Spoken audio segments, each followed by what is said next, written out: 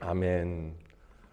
오늘 함께 볼 하나님 말씀입니다. 마태복음 4장 17절 말씀 다 같이 읽겠습니다. 그때부터 예수께서는 회개하여라, 하늘나라가 가까이 왔다 하고 선포하기 시작하셨다. 조금 오래된 찬양인데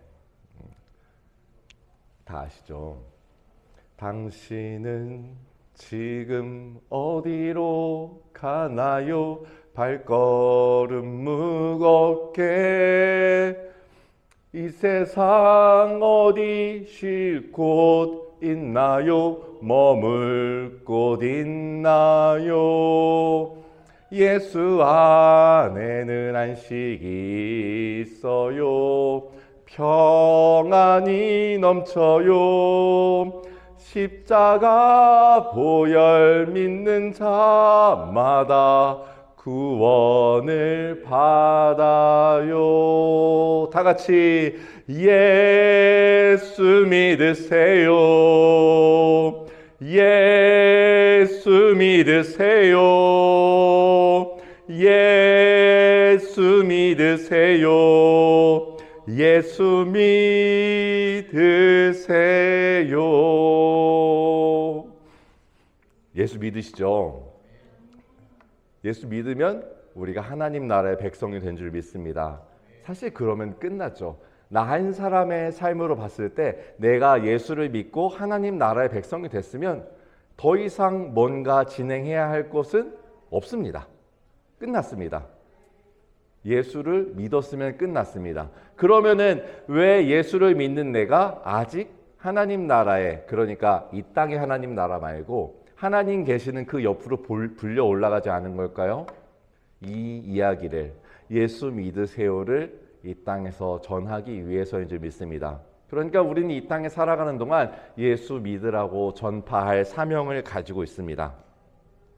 예수, 그 이름은 우리의 모든 문제, 그러니까 과거와 현재와 미래의 모든 문제, 심지어 현생과 내세, 우리가 사후에까지의 모든 문제, 그 가운데서 깨어지고 상하고 변질되어서 나의 삶을 깊은 수렁으로 끌어들이고 있는 그 깊은 한숨 가운데 탄식하게 하는 모든 문제에 대한 온전하고 유일한 해법입니다.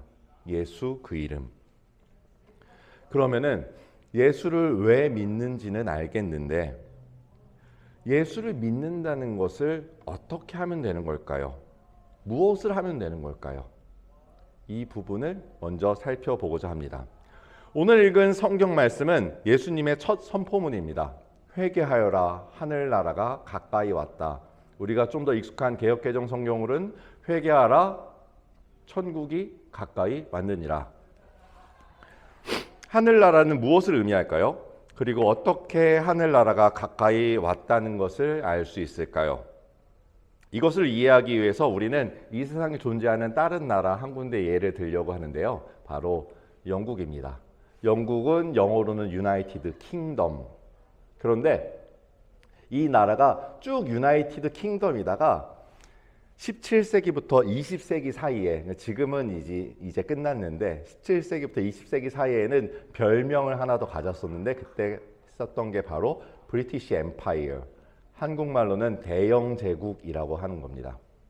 대영제국은 실제로 공식 국호는 아니었는데 이제 사람들이 유나이티드 킹덤, 영국과 구분하기 위해서 썼던 호칭입니다. 대영제국에는 영국 본토 기본으로 들어가고요. 그리고 영국이 세계 곳곳에 뻗쳐두고 있었던 자치령들과 식민지를 합쳐가지고 대영제국이라고 말했습니다. 대영제국 하면은 우리가 많이 아는 유명한 말이 있는데 바로 해가 지지 않는 나라. 영국은 아니고 대영제국이 바로 해가 지지 않는 나라였습니다. 왜 해가 지지 않는 걸까요? 영국 본토는 저녁에 8시, 9시 되면 해가 지겠죠. 해가 질 때쯤 되면은 또 다른 대영 제국의 영토인 이곳 캐나다 땅은 아직 한낮입니다. 캐나다 땅이 해가 질 쯤 되면은 또 다른 대영 제국 영토인 호주는 아직 한낮이고요. 호주 너머에는 동남아 쪽이 있었고 인도가 있었고 중동과 아프리카, 돌다 보면은 또 영국에 해가 뜨고 있습니다. 그래서 해는 계속 지고 있고 지구는 돌고 있었지만 지구상 어딘가의 대영 제국 영토 위에는 항상 해가 떠 있다라는 뜻으로 대영 제국이 해가 지지 않는 나라라는 말을 사용했습니다. 하늘나라로 번역된 헬라어 바실레이아는 통치하다라는 말에서 유래된 명사로 왕권, 통치, 왕국을 말합니다.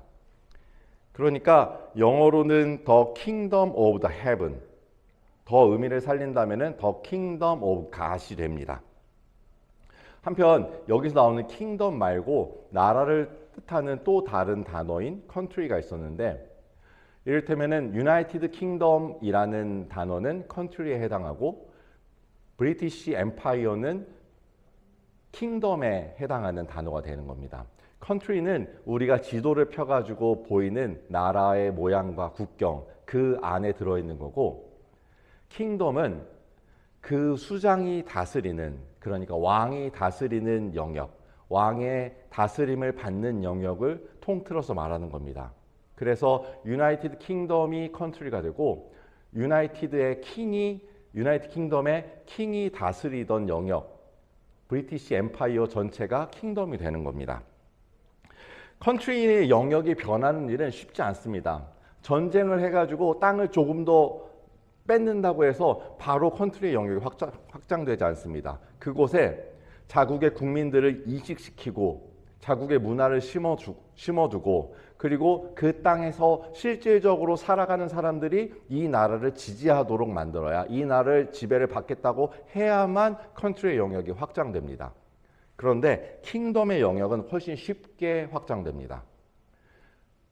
때로는 킹덤과 킹덤이 전쟁을 벌여서, 때로는 그 킹덤 안에 있는 한 영주들이 새로운 왕에게 충성을 바칠 때, 또는 전쟁에서 진 나라의 왕이 그 새로운 이긴 왕에게 충성을 바칠 때 여전히 그 나라는 명맥은 유지하더라도 킹덤으로서는 영역이 2배로 확장된 셈입니다. 그 나라에 살고 있는 사람들이 새로운 왕에게 다스림을 받겠다라고 충성을 바칠 때 그곳은 그 왕국에 소속된 것이 됩니다. 그래서 내가 서 있는 곳은 이 땅이지만 내가 하나님의 다스리심을 받겠다라고 말할 때 우리는 하나님의 나라, 하나님의 왕국에 살고 있게 되는 것입니다.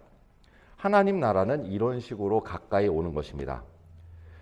여기서 말하는 가까이 왔다라는 단어는 히브리어 앵기조의 완료형입니다. 우리가 집으로 초대한 손님에게 전화를 걸었을 때 거의 다 왔어 라고 말하는 상황 말고, 이 앵기조의 완료형인 이 단어는 다 왔어의 수준이 아니라 이미 도착을 해가지고 현관문 앞에 서 있는 겁니다. 그러면은 이 사람에게 전화를 걸 때 전화를 걸었는데 전화 통화를 통해서 대답이 들리는 게 아니라 밖에 벨소리가 띵동 하고 울리는 상황, 이게 바로 오늘 말하는 가까이 왔다라는 단어의 상황입니다. 손님은 이미 도착을 했습니다. 다만 집 안으로 들어오지 않았을 뿐입니다. 하늘나라도 이미 가까이 왔습니다. 그러니까 이제 움직일 사람은 하늘나라가 아닙니다. 하늘나라는 이미 다 왔습니다. 움직일 사람은 집주인, 문을 열 차례입니다. 사실 여기서 짚고 갈 것이 하나 있습니다. 오늘 예수님의 선포를 들은 임박한 하늘나라를 마주한 사람들의 본래 국적이 어딜까요? 이 사람들은 애초에 어느 나라 사람이었을까요? 이 사람들은 유대인이었고 이스라엘 민족이었고 옛 다윗 왕국의 후예였습니다. 그러니까 애초에 하나님의 나라, 더 킹덤 오브 갓의 백성들이었습니다. 그런데 예수님의 말이 아주 기이한 겁니다. 더 킹덤 오브 갓의 백성들인데 그들에게 가서 하나님 나라가 가까이 왔다라고 말하는데, 하나님 나라가 가까이 왔다는 말은 집 앞에 도착을 했는데 집 안에는 들어오지 않은 상태를 말하는 거라고 했습니다. 하나님 나라의 백성인데 하나님 나라에 살지 않고 있는 상태다라고 먼저 짚어 얘기하는 것입니다. 하나님 나라의 백성이 한번 됐다고 해서 영원히 하나님 나라의 백성이 되는 게 아닙니다. 여기서 컨트리와 킹덤의 차이가 다시 한번 나타나는데요. 한번 컨트리의 백성이 되었으면은 그 사람이 죄를 지어도 잘못을 해도 여전히 컨트리의 백성입니다. 그런데 킹덤은 다스리심을 받음으로써 내가 킹덤의 백성이 됨이 확정된다면은 다스리심을 거역하는 순간, 그러니까 내가 반역을 일으키고 반항하는 순간, 그곳에 범죄자가 되는 순간 나는 더 이상 킹덤의 백성이 아니게 되는 겁니다. 오늘 듣는 이 유대인들의 상태가 그랬습니다. 그래서 예수님이 먼저 말씀하십니다. 회개하라. 회개하라. 너희의 마음과 의지와 전 존재를 다해 계획과 작정과 행동을 바꾸고 돌이키는 것. 회개하라. 마음을 다해, 의지를 다해, 내 전 존재를 다해, 내가 세워놨던 계획과 내가 마음먹었던 작정했던 것들과 그리고 내 실제 행동까지 바꾸고, 그냥 바꾸는 선이 아니라 뒤를 180도 돌아서 정반대로 나아가는 것. 이것이 오늘 예수님께서 말씀하신 회개하라의 본 뜻입니다.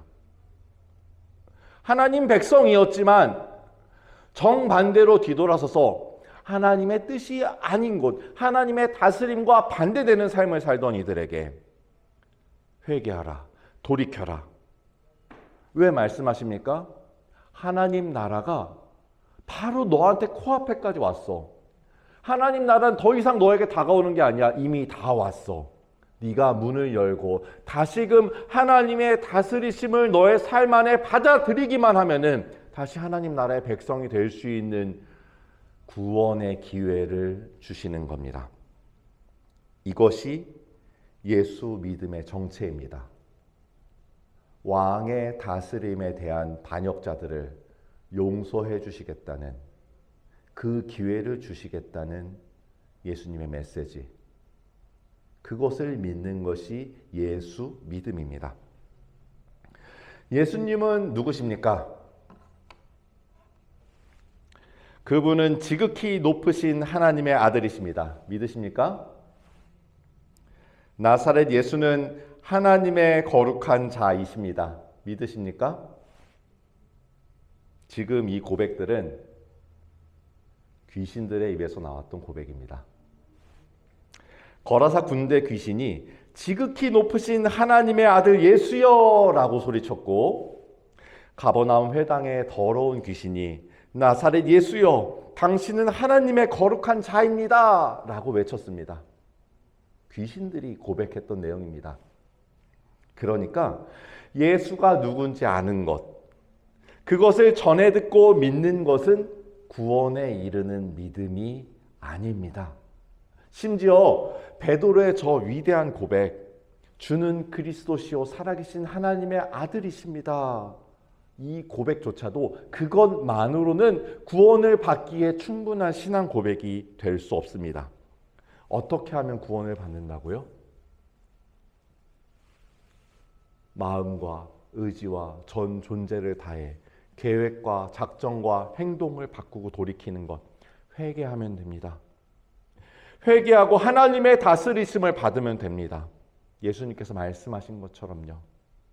그리고 예수님께서 하신 것처럼요. 생각하는 대로 말하고 말하는 대로 행동하는 것, 이게 회개의 진정한 의미입니다. 우리가 회개하기로 마음 먹었으면은 그 방법대로 생각하고 그 방법대로 살아나가는 것, 이게 회개였습니다. 오늘 본문에 예수님이 하신 말씀을 보다 먼저 선포한 사람이 있었습니다. 바로 세례 요한입니다. 세례 요한은 이사야 40장 3절의 예언대로 광야에 외치는 소리였습니다. 광야는 어떤 곳이죠? 광야를 뜻하는 히브리어 미드바르는 말씀이 나오는 곳, 말씀을 듣는 곳이라는 뜻입니다. 척박하여서 사람이 살 수 없는 곳에서 하나님의 음성에 귀를 기울인 것이 세례 요한의 삶이었습니다. 광야에서 하나님의 음성을 들으면서 하나님의 다스리심에 따름으로써 세례 요한의 삶에 더 킹덤 오브 갓이 완성됐습니다. 그리고 더 킹덤 오브 갓의 백성으로서 내가 살고 있는 하나님 나라가 이 사람 앞에 나아가서 나 하나님 나라의 백성, 그리고 나 너 앞에 있어. 그러니까 너의 삶에 하나님 나라 이만큼 가까이 왔어. 너도 돌이켜야 돼. 세례 요한은 말로 하기 이전에 삶으로 해냈습니다. 그리고 자기 삶의 메시지를 선포했습니다. 오늘 예수님도 회개하여라. 하늘나라가 가까이 왔다. 말로 하기 이전에 광야에서 외치시면서 세례 요한의 바톤을 넘겨받아 그와 같이 삶으로 살아내셨습니다.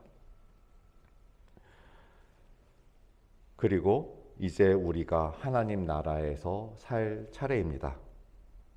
예수님처럼요. 왕이신 하나님께서 원하시는 건 무엇일까요? 왕이시니까. 그리고 예수님은 왕의 자녀, 왕자님이신가요? 그러니까 너무 높으신 분이니까 무턱대고 엎드려서 고개를 꿇고 고개를 조아리고 경배하는 것, 이걸 원하시는 걸까요? 때로는 경배도 너무 중요합니다.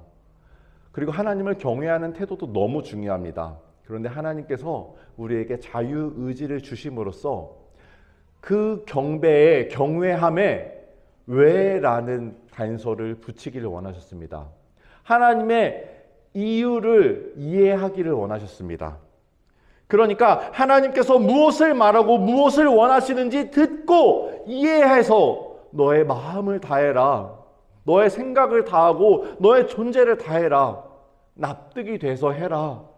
라고 말씀하셨습니다. 그러니까 이제 우리의 할 일은 예수를 말하고 다니는 거에서 그칠 일이 아닙니다. 예수는 어떤 분인지, 예수님은 하나님의 아들이야. 예수님은 세상을 구원할 구원자야. 예수님은 그리스도야. 메시아야. 말해서 누군가 알게 됐을 때 그랬구나. 예수님이 나의 메시아구나. 라고 아는 것으로 구원을 받기에 충분하지 않다고 말했습니다. 거라사의 귀신도, 가버나움 회당의 귀신도 똑같은 고백을 했지만 그들에게 구원은 없었습니다. 구원은 예수를 말하는 게 아니라 내 안에 예수가 내 삶을 주관해서 말하기 시작하는 순간 일어나는 사건이기 때문입니다. 나 말고 내 안에서 예수께서 마음과 의지와 전존재를 장악하시는 것, 그런즉 이제는 내가 사는 것이 아니요 내 안에 그리스도께서 사는 것이라 말을 하게 될 때에 비로소 구원이 이루어지는 것입니다. 하나님의 다스림을 받는 하나님 나라에 사는 것, 이것이 구원받은 사람의 삶입니다. 바로 예수님처럼요. 때로는 사람이 살 수 없는 광야의 척박한 땅에 머물기도 하고, 그리고 그 남다른 모습으로 인해서 세상의 손가락질을 받기도 하고, 아니 손가락질 정도가 아니라 심지어는 공격을 당하기도 하고, 어쩌면 이 부질없는 목숨을 내놔야 할 수도 있는 것, 그것이 예수님처럼 사는 일입니다. 예수님처럼 하나님의 음성을 듣고 하나님의 뜻을 따라 하나님 나라를 세워가는 삶, 그리고 나서 외쳐야 합니다. 여러분, 돌이키십시오. 하나님 나라가 가까이 왔습니다. 우리도 하나님 나라에 살아야 합니다. 예수를 말한다 vs 예수가 말한다. 우리 해야 할 일은 예수가 말하게 하는 것입니다. 내 안에 예수가 내 삶을 말하게 하시고, 내 안에 예수가 뚫고 나와서 그 음성과 간증으로 예수를 전해야 할 줄 믿습니다. 내 안에 계신 예수께서 말씀하실 수 있도록 결단하시기를 소망합니다. 축복합니다. 기도하겠습니다. 하나님 감사합니다. 내가 예수님처럼 살지 않으면서 내 입으로 아무리 복음을 얘기하고 예수를 말해봤자 세상에 누가 돌이킬 것이며 세상에 누가 천국을 경험할 것이며 그것을 알고 하나님 나라로 돌아올 수 있겠습니까?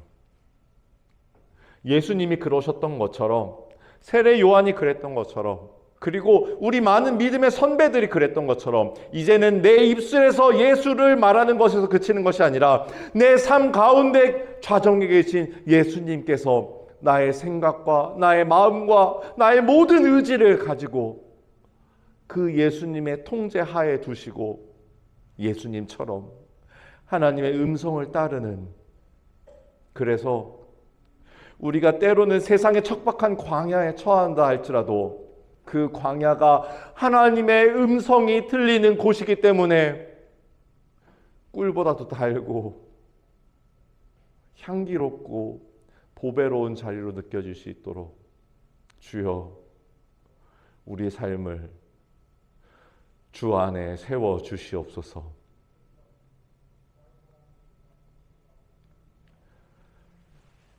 이제는